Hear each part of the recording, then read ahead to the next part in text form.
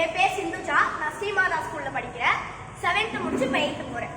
எனக்கு கொடுத்த புக்னு பாத்தீங்கன்னா தந்தை பெரியார் வாழ்க்கை வரலாறு. தந்தை பெரியாரோட வாழ்க்கையில என்னென்ன சம்பவம் நடந்துச்சு, அவரை ஏன் நம்ம பெரியார்னு சொல்றோம், இந்த விஷயத்தெல்லாம் பத்தி இந்த புக்ல சொல்லியிருந்தாங்க. எனக்கு ஹிஸ்டரி அப்படின்னா பிடிக்கும். ஒரு தலைவர்களை பத்தி தெரிஞ்சுக்கிறது அப்படின்னா அதுல நிறைய இன்ட்ரெஸ்டிங்கான விஷயம் இருக்கும். அது தெரிஞ்சுக்கிறது எல்லாருக்குள்ளேயும் அந்த ஒரு ஆசை இருக்கும். இந்த புக்கில் பார்த்தீங்கன்னா ஒரு புக் எடுத்தோம்னா அது எழுதுனது யாரு அப்படின்னு நம்ம ஒரு புக்கை பற்றி சொல்கிறோம்னா அது எழுதுனது யாருன்னு கண்டிப்பாக சொல்லணும்.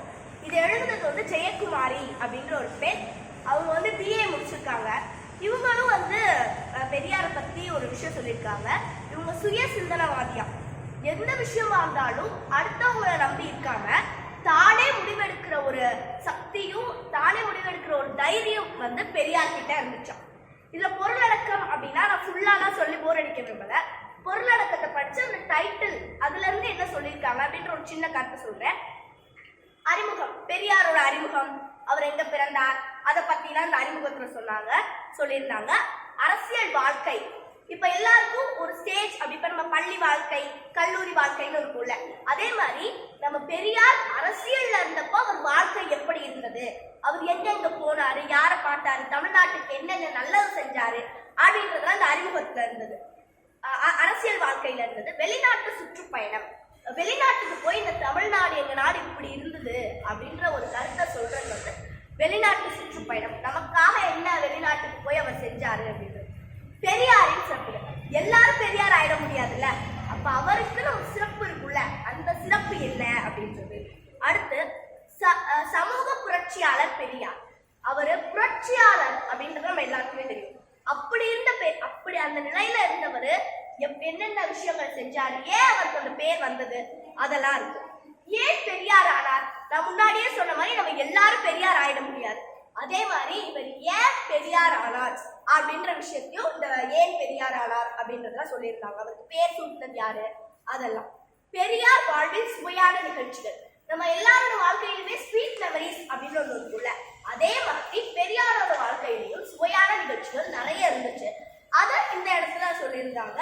அடுத்து இறுதி காலம், அவர் மறைவுக்கு முன்னாடி அவரோட காலம் எப்படி இருந்தது, அவர் என்னென்ன நல்லது செஞ்சாரு, நமக்காக அவர் இன்னும் மறையல, நமக்குள்ளதா இருக்காரு, நமக்காக என்னென்ன எண்ணங்களை அவர் எழுதி வச்சுட்டு பொன்மொழிகளா விட்டுட்டு போனாரு அப்படின்றதெல்லாம் அந்த இறுதி காலத்துல இருந்தது. சமூக மாற்றம் விரும்பியது, அந்த காலத்துல எடுத்துக்கிட்டீங்கன்னா சாதி மதம் அப்படின்ற ஒண்ணு ரொம்ப முக்கியமான ஒரு விஷயமா இருந்தது. இந்த சாதிக்காரவங்க மேல்நிலைதான் இருக்கணும், இவங்க மட்டும்தான் இந்த வேலையை பார்க்கணும், இவங்க எல்லாம் நம்ம சாமி மாதிரி நடிக்கணும் அப்படின்னு. இன்னும் சில பேரை வந்து இவங்க நம்ம தொடவே கூடாது, தீண்டாமை அப்படின்ற ஒரு விஷயத்த அந்த காலத்துல உள்ள மக்கள் பின்பற்றி வந்தாங்க. பெரியார் சின்ன வயசுல இருந்து ஒரு சமத்துவ பார்வையோட எல்லாத்தையும் பார்க்க நினைச்சாரு.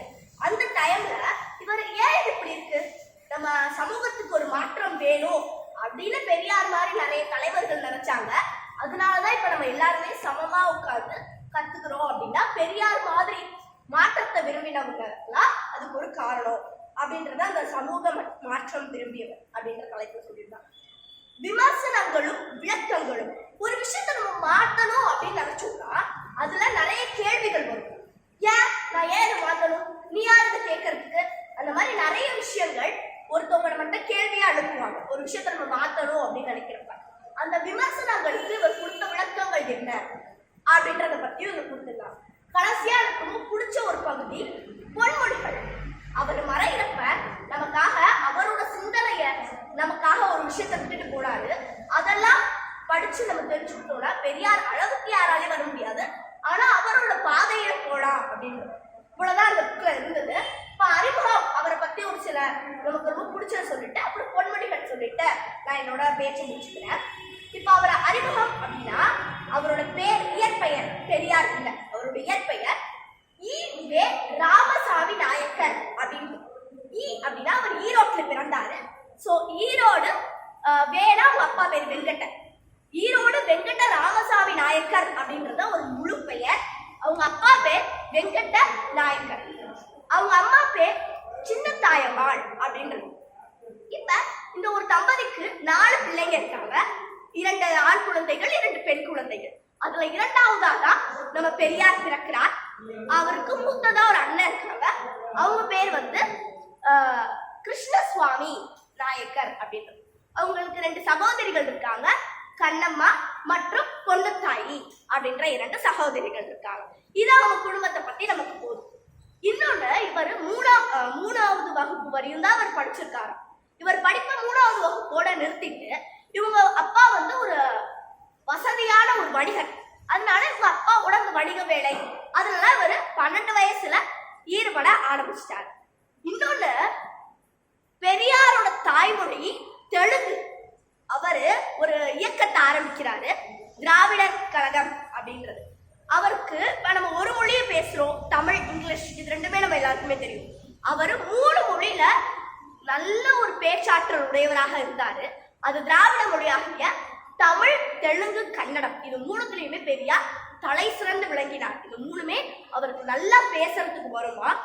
இதுல முக்கியமான விஷயம், நமக்கு சில பேருக்கு தெரியாத விஷயம் என்னன்னா, பெரியாரோட தாய்மொழி தெலுங்கு. இதுல அவர் மூட நம்பிக்கை, தீண்டாமை, சாதி கொடுமை, இந்த மாதிரி விஷயங்களை பத்தி எதிர்த்து போராடினார். பெண்களோட விடுதலைக்காகவும் இவர் போராடினார். இந்த போராட்டத்துக்காக தான் அவர் வாழ்க்கை ஃபுல்லாவே நம்மள மாதிரி மனிதர்கள், சமுதாயத்தில் உள்ள தமிழர்கள் எதுலையும் விழுந்துடக்கூடாது, அவங்கெல்லாம் இந்த சாதி கொடுமை, தீண்டாமை, பெண்களை கொடுமைப்படுத்துறது, இந்த மாதிரி விஷயத்துல இருந்து மீட்டெடுக்கணும் அப்படின்ற ஒரு போராட்டத்துக்காக தான் பெரியார் தனது வாழ்க்கை முழுவதுமே செலவழிச்சிருக்காரு.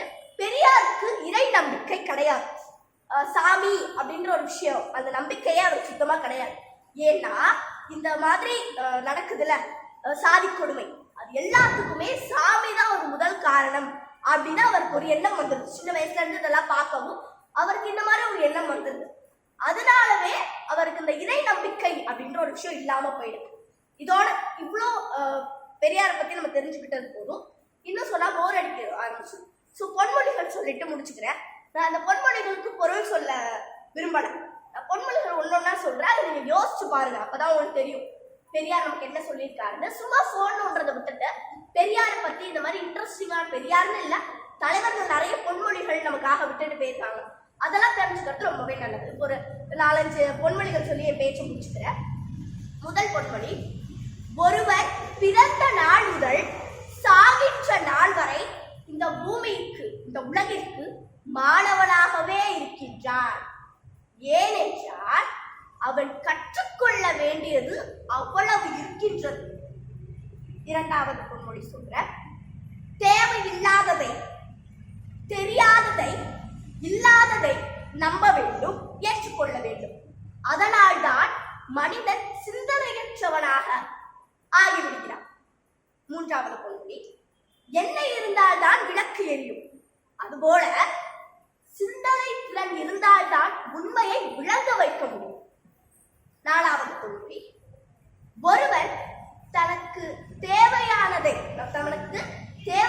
மட்டும் எடுத்துக்கொண்டால் எல்லோருக்கும் எல்லாமே கிடைக்கும்.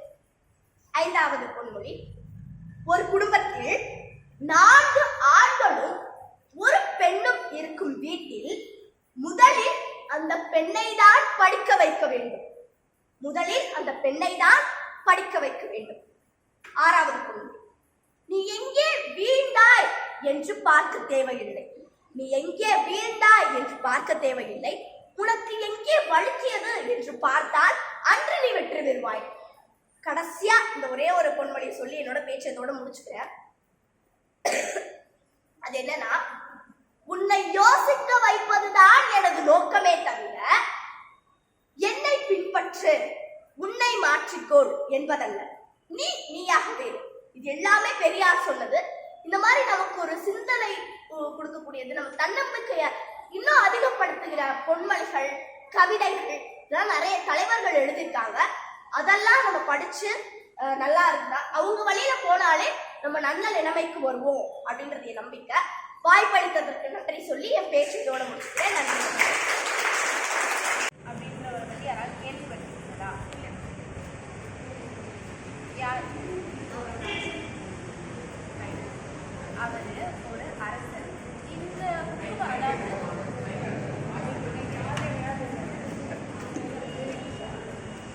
இந்த அரசர் பற்றி பார்த்தீங்கன்னா அவர் நாட்டு மக்களுக்கு மட்டும் இல்லாமல் அவரை சுற்றி உள்ள மற்ற கிராமங்களுக்கும் எவ்வளோ உதவி பண்ண அரசர். நான் இதில் இன்ட்ரோடக்ஷன் ஒரு கதை மாதிரி கொடுத்துருக்காங்க. பட் அது இந்த அரசரை பற்றி இல்லை, இந்த அரசரோட வரலாறை ஒரு அரசர் தெரிஞ்சுக்கிறது தான் அந்த ஃபஸ்ட்டு கதை. நான் அதை மட்டும் சொல்கிறேன். முதல்ல போஜ மகாராஜா அப்படின்ற ஒரு அரசர் ஒரு ஊரை ஆட்சி செஞ்சுட்டு வந்தார். என்ன பேர்? ஓகே. அந்த அரசர் ஒரு ஊரை ஆட்சி செஞ்சுட்டு வந்தார். அவர் படைகள், யானைப்படை, குதிரைப்படை எல்லாத்தையும் கூட்டிட்டு வேட்டைக்கு போனாராம். ஓகேவா? காட்டுக்கு வேட்டைக்கு போனாராம். வேட்டையாடிட்டு வரப்ப ஒரே களைப்பான், ரொம்ப டயர்டாக இருக்கவும் பக்கத்தில் இருந்த கரும்பு காடுனா கரும்பு எல்லாமே விளைவிப்பாங்கல்ல, அந்த காட்டை பார்த்தாராம். உடனே அதோட ஓனர்கிட்ட போயிட்டு, நாங்கள் இவ்வளோ என்னோட படை சேனையெல்லாம் இவ்வளோ வந்திருக்கு, அவங்க எல்லாருக்கும் எங்களுக்கு கரும்பு தாங்க, ரொம்ப ஓய்வெடுக்க இடம் தாங்க, ரொம்ப டயர்டாக இருக்கும்னு சொல்லி கேட்டாராம். அவர் இப்போ நேரடியாக பேசுகிறப்ப அதெல்லாம் முடியாது போங்கன்னு சொல்லி அனுப்பிவிட்டாராம். அப்புறமேட்டு கொஞ்சம் மேடு மாதிரி ஒரு இடம் இருக்குதான், அதாவது வயல் இருக்கு, அப்புறம் இந்த புதர் இருக்கும்ல, பார்த்துருக்கீங்களா? வைக்கோல் புதர்னுவாங்கல்ல, அது மேலே நின்று ஏதோ வேலை செஞ்சுட்டு இருக்கப்ப திருப்பி அந்த ராஜாவை அந்த நிலத்தோட ஓனர் பார்த்தாராம். பார்த்துட்டு, ராஜா எங்க போறீங்க, எங்க வயல்ல ரெஸ்ட் எடுங்க, வாங்க வாங்க அப்படின்னு சொல்லி கூப்பிட்டாராம். அந்த ராஜா உடனே, என்னடா இவரு கொஞ்ச நேரம் முன்னாடி திட்டி அனுப்பிட்டு இப்போ திருப்பி வாங்க வாங்கன்னு கூப்பிடுறாரு அப்படின்னு சொல்லி நினைச்சாங்களாம். சரின்னு சொல்லி ராஜாவும் போய் அங்கே ரெஸ்ட் எடுத்துட்டாங்களாம். அவங்க தங்கி இருக்கப்ப ராஜாவுக்கு மரியாதைலாம் அவர் செய்கிறாராம். செஞ்சுட்டு உடனே அவர் அந்த வைக்கோல்ல இருந்து இறங்குறாராம். அந்த வைக்கோல் புதர் இருந்தது இல்லையா, மேடு, அதுல இருந்து இறங்குறாராம். இறங்கினோடனே திருப்பி இந்த மூஞ்சி கடுப்பா பேச ஆரம்பிச்சிட்டாராம். என்னோட கரும்பு எல்லாத்தையும் நீங்க சாப்பிட்டுட்டு இருக்கீங்க, என்னோட காட்டையே நீங்க சேதப்படுத்திட்டு இருக்கீங்க, அப்படி இப்படின்னு கத்த ஆரம்பிச்சிட்டாரு. இந்த ராஜாக்கு என்னடா அவர் பைத்தியமா என்ன மாத்தி மாத்தி பேசிட்டு இருக்காரு அப்படின்னு தோணுச்சான். சரின்னு சொல்லி ராஜா கிளம்ப ஆரம்பிச்சிட்டாராம். ராஜாக்கு உடனே, அந்த காலத்துல எல்லாரும் படிக்காத மேதைகள், ரைட்டா, அதுவும் ராஜானா கண்டிப்பா அவர் குருகுலம் அந்த மாதிரிலாம் போய் ராமாயண கதைகள்ல பார்த்துருக்கீங்கல்ல, குருகுலம் அந்த மாதிரி இடத்துக்கு போய் கண்டிப்பா முறையா கல்வி கற்றுருப்பான், ரைட்டு தானே? உடனே என்ன பண்ணாரு, அந்த ராஜாவுக்கு யோசனை வந்துருச்சான். என்னடா அவரு அந்த குதிரை மேல இருக்கிறப்ப நல்லா பேசுறாரு, தன்மையா நடந்துக்கிறாரு, இறங்கவும் ஒரு மாதிரி திட்டுறாரேன்னு யோசிக்கணும். அவர் அமைச்சர் எல்லாரையும் கூட்டிட்டு போயிட்டு அந்த புதர் இருந்த இடத்த கொஞ்சம் மேடா இருந்திருக்கு, சரி சமமான நிலத்துல அது மட்டும் மேடா இருந்திருக்கு. அந்த மேடை மட்டும் அந்த வைக்கோல் புதர் எல்லாத்தையும் நீக்கிட்டு பார்த்தாங்களாம். தோண்ட தோண்ட ஒரு சிம்மாசனம் இருந்துதான், தங்க சிம்மாசனம், பெரிய சிம்மாசனம் இருந்துதான். அந்த சிம்மாசனத்தை பார்த்து, என்னடா இது, இந்த சிம்மாசனம் போய் இந்த காட்டுல புதஞ்சு கிடக்குதே அப்படின்னு சொல்லி யோசிச்சாராம். அதை தூக்க முயற்சி பண்ணாங்களாம். எவ்வளவோ யானைகள் வந்துதான், எவ்வளவோ ஆட்கள் சேர்ந்து தூக்கி ரொம்ப நாள் கழிச்சுதான் அந்த சிம்மாசனத்தை இழுக்க முடிஞ்சுதான். அதாவது இழுத்துக்கிட்டே இருந்து ரொம்ப நாள் கழிச்சுதான் சிம்மாசனத்தை மேலே தூக்கவே முடிஞ்சுதான். மேலே தூக்கினோடனே இந்த ராஜா, இந்த சிம்மாசனம் நல்லா இருக்கே அப்படின்னு சொல்லி அது மேலே ஏற போனாராம். ஏற போனோடனே அந்த சிம்மாசனம் எப்படி இருக்குன்னு நான் சொல்றேன், இமேஜின் பண்ணிக்கோங்க. தங்க சிம்மாசனம், 18 படிகள் இருக்குன்னு நினைக்கிறேன், 18 படிகள். ஒவ்வொரு படியோட கார்னர்லயும் ஒவ்வொரு பதுமை இருக்கு. பதுமைனா யாருக்காவது தெரியுமா? பொம்மை, இந்த மரப்பாச்சி பொம்மை அதெல்லாம் பார்த்துருக்கீங்களா?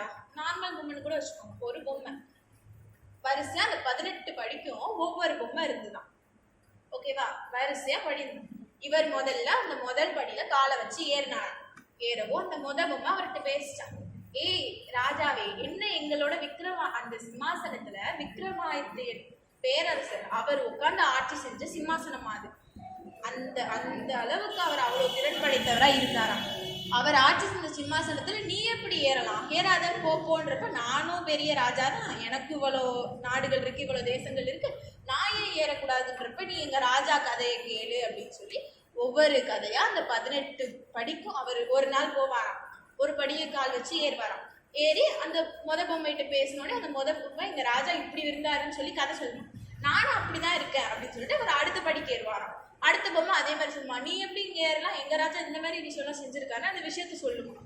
அப்படியே அவர் ஒவ்வொரு படியா ஏறி கடைசி படிக்கிட்ட போய் கடைசி பொம்மை சொன்ன கதையை கேட்டுட்டு, ஐயோ என்னாலலாம் அவங்க ராஜா மாதிரி இருக்க முடியாதுப்பா அப்படின்னு சொல்லி இறங்குவாராம். அப்ப அந்த பொம்மைக்கு சொல்லுமா, சரி நீ எங்க ராஜா மாதிரி இல்லைனாலும் ராணா, நீ நல்ல அரசர் தான், நீ ஒரு நாள் மட்டும் இந்த சிம்மாசனத்துல உட்காந்து ஆட்சி செஞ்சுக்க அப்படின்னு சொல்லி அந்த பொம்மைங்க எல்லாம் உட்கார சொல்லுமா. அந்த சிம்மாசனம் விக்ரமாதித்யனுக்காக இந்திரன் தெரியுமா? இந்திரன் யாரு? இந்திரன் யாரு சொல்லுங்க, யாரு? இந்திரன். இந்திரன் அவரு எல்லா தேவர்களுக்குமான ஒரு தலைவர். அவரோட சிம்மாசனமா அது. விக்ரமாதித்யன் அவருக்கு செஞ்ச ஒரு ஹெல்ப்னால அவர் அந்த சிம்மாசனத்தை விக்ரமாதித்யனுக்காக ஃப்ரீயா கொடுத்தாராம். இப்படி விக்ரமாதித்யன் 2000 ஆண்டுகளோ ஏதோ வாழ்ந்தாராம். காளியம்மன் கோயில், அவரோட குலதெய்வம் காளி, ஒரு காளி இருக்கும், அந்த காளியிட்ட வரம் கேட்டு அவ்வளோ வருஷம் வாழ்ந்தார். இந்த மாதிரி விக்ரமாதித்யன் பத்தி சொல்றதுக்கு எவ்வளவோ கதைகள் இந்த புக்கு ஃபுல்லா இருக்கு. எனக்கு தெரிஞ்ச கதைகளை நான் சொல்லிட்டேன். தேங்க்யூ. இதை எழுதினது பரதன் அப்படின்றவர் எழுதியிருக்காரு. நிறைய பதிப்புகள் வந்திருக்கு இந்த புக்கு. இது அதுல ஒரு பதிப்பு. தேங்க்யூ.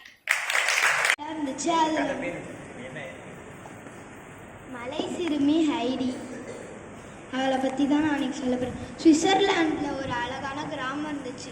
அங்கே ஒரு சித்தியும் ஒரு குட்டி பொண்ணும் தட்டு வண்டியில் போயிட்டு இருந்தாங்க. அந்த பொண்ணு ஊருக்கு சுவிட்சர்லாண்டுக்கு வந்துக்கிட்டு இருக்கா. அவளுக்கு ட்ரெஸ் வைக்கிறதுக்கு பொட்டி இல்லைன்ட்டு ட்ரெஸ்ஸு மேலே ட்ரெஸ்ஸாக எல்லா ட்ரெஸ்ஸையும் போட்டுட்டு நடக்க முடியாமல் அவள் ஊரெல்லாம் சுற்றி பார்த்துக்கிட்டு ஓடி வந்தாள். உடனே அவங்க சித்தி சொன்னாங்க, நீ உட்காரு தொலைஞ்சி போயிடுவேன்னு சொன்னாங்க. அதுக்கப்புறம் உட்கார்ந்த உடனே கொஞ்சம் தூரத்தில் தட்டு வண்டியில் இறக்கி விட்டாங்க. அதுக்கப்புறம் அவங்க நடந்து போய்கிட்டே இருந்தாங்க அவங்க ஊருக்கு. அவங்க தாத்தா வீட்டுக்கு போய் விட போகிறாங்க. அப்போ அவங்க சித்தி களைப்பாக இருக்குன்னு ஒரு கட்டையில் உட்காந்தாங்க. அப்போ பக்கத்து வீட்டிலேருந்து ஒருத்தவங்க இந்த தாத்தா கிட்ட போய் விடாத, தாத்தா ரொம்ப மோசமான ஒரு சாப்பாடு கொடுக்க மாட்டார், எதுவுமே பண்ண மாட்டார் அப்படின்னு சொன்னாங்க. உடனே அவங்க பயந்துக்கிட்டு பரவாயில்ல அப்படின்னு நான் விட்டுருவேன், எனக்கு ஒரு வேலை இருக்குது, வெளியூரில் வேலை இருக்குது, அதனால நான் விட்டு தான் பார்த்துக்க, என்னால் இதுக்கு வர முடியாது அப்படின்னு சொல்லிட்டு அந்த கட்டையில் உட்காந்துட்டாங்க. அவங்களும் போயிட்டாங்க. அதுக்கப்புறம் ஹைடி என்ன பண்ணோன்னா, மலையை பார்த்துட்டு ஆசையாக இருந்துச்சுன்னு ஓடி ஓடி போனான். அப்போதைக்கு அந்த ட்ரெஸ் எல்லாம் போட்டு அதனால் நடக்க முடியலன்னு ஓடிக்கிட்டே இருக்கும்போது ஒரு ட்ரெஸ்ஸாக அவுத்துட்டு ஓடிக்கிட்டே போனான். அப்போதைக்கு ஆடு மேய்க்கிற ஒரு பையன், அவன் பேர் பீட்டர், அவன் ஆடு மேய்ச்சிக்கிட்டு இருப்பான். அப்போதைக்கு அவங்க சித்தி சொன்னாங்க, இந்த காசு உனக்கு வேணும்னா அந்த கீழே கிடக்கிற ட்ரெஸ் எல்லாத்தையும் எடுத்துகிட்டு வாங்கினாங்க.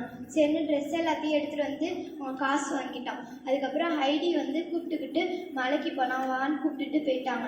அதுக்கப்புறம் மலைக்கு போகலான்னு மலைக்கு ஏறினாங்க. அப்போதைக்கு இன்னும் எவ்வளோ தூரம் இருக்குது, என்னால் இதுக்கு மேலே நடக்க முடியாதுன்னு சொன்னான். இன்னும் கொஞ்சம் தூரம் தான் இருக்குது அப்படின்னு நடந்து போயிட்டே இருக்கும்போது கொஞ்ச நேரத்தில் மலை உச்சி வந்துட்டு ஒரு தனி வீடு இருந்துச்சு. அங்கே ஒரு தாத்தா மரத்தை வெட்டிக்கிட்டு இருந்தாங்க.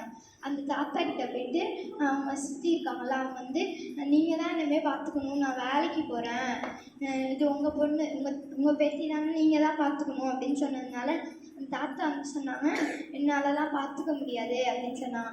அதுக்கு அதுக்கப்புறம் சரி பார்த்துக்கிறேன்னு அவங்களே சொல்லிட்டாங்க. அடுத்து நைட் ஆயிடுச்சு. வீட்டெல்லாம் சுற்றி பார்த்துட்டு இருந்தா ஹைடி.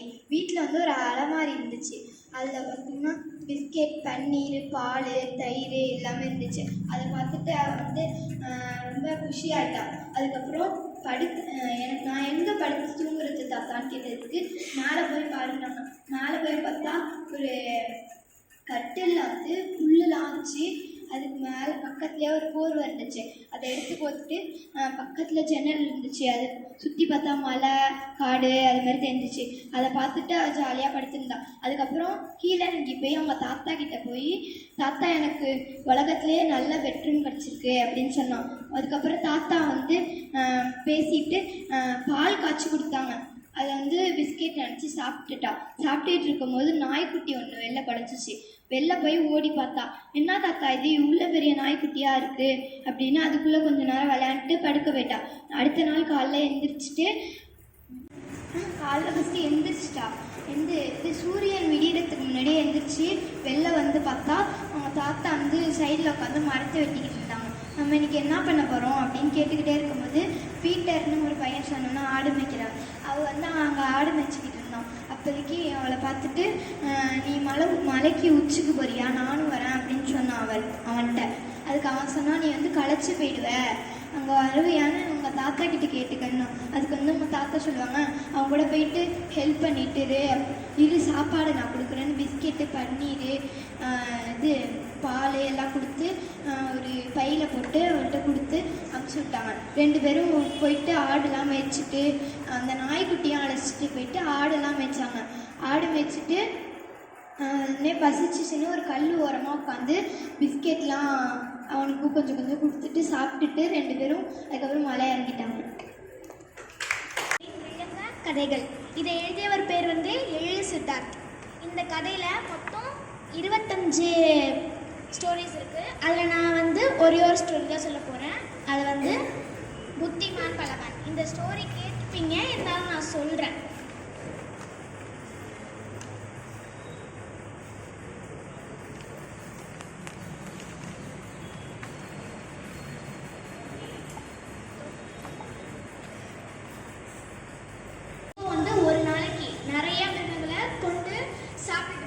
அதனால அந்த காட்டோட ராஜா வந்து அந்த சிங்கம் தானே, அந்த ராஜாட்ட போயிட்டு எல்லா அனிமல்ஸும் போய் நின்று, இதை மாதிரி நீங்கள் வந்து ஒவ்வொரு நாளைக்கு இவ்வளோ அனிமல்ஸ் சாப்பிட்டீங்கன்னா இந்த காட்டில் எவ்வளோ அனிமல்ஸ் இருக்கும் அப்படின்னு கேட்டோன்னே இதுக்கு என்ன முடிவுன்ட்டு சிங்கம் கேட்டுச்சு. அதுக்கு இந்த அனிமல்ஸ்லாம் எல்லாம் சிங்கம் சொன்னிச்சு, நாங்கள் ஒவ்வொரு நாளைக்கும் ஒவ்வொரு மிருகமாக நாங்களே அனுப்பிச்சி வைக்கிறோம், நீங்கள் அதை மட்டும் சாப்பிடுங்கன்னு சொன்னிச்சு. எல்லாருக்கும் அதுக்கு அந்த சிங்கம் சொன்னிச்சு, எல்லாருக்கும் ஓகேனா எனக்கும் ஓகே அப்படின்னு சொன்னிச்சு.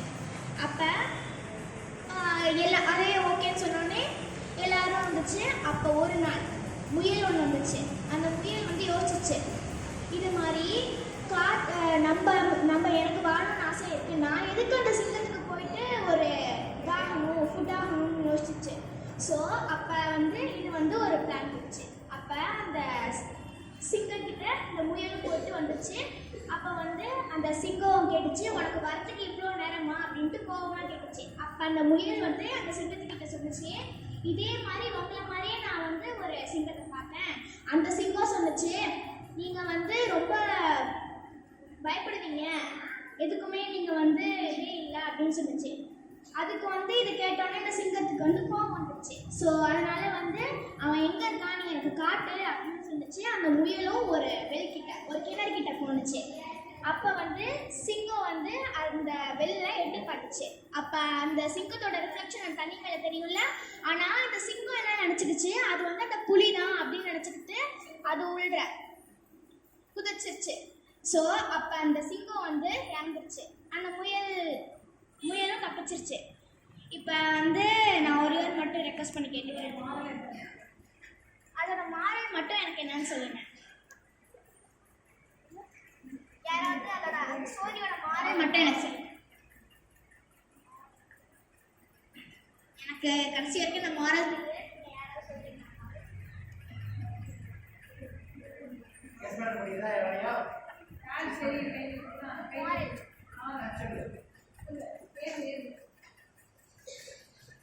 எந்த ஒரு விஷயத்தையும் ஆத்திரத்தோட ரொம்ப அவசரப்பட்டு அவங்க கிட்ட நம்ம சண்டை போட்டே ஆகணும், அது செஞ்சே ஆகணும்னு ரொம்ப ஒரு ஆத்திரக்காரனுக்கு புத்திமட்டுன்னு சொல்லுவாங்க. அந்த அந்த அந்த ஒரு பழமொழியை இதாக எடுத்துக்கிட்டு நம்ம ஒரு விஷயத்த கோவத்தில் செஞ்சுட்டோம்னா அதனால என்ன வேணா நடக்கலாம். அது ஒரு மாரல். அந்த சிங்கத்துக்கு வந்து எதையுமே ஆத்திரத்தோட இருக்கப்ப எந்த ஒரு விஷயத்தையுமே முடிவு பண்ணக்கூடாது, அது என்னென்ன ஆராய்ச்சி செய்யணும். இது வந்து அந்த சிங்கத்துக்கு.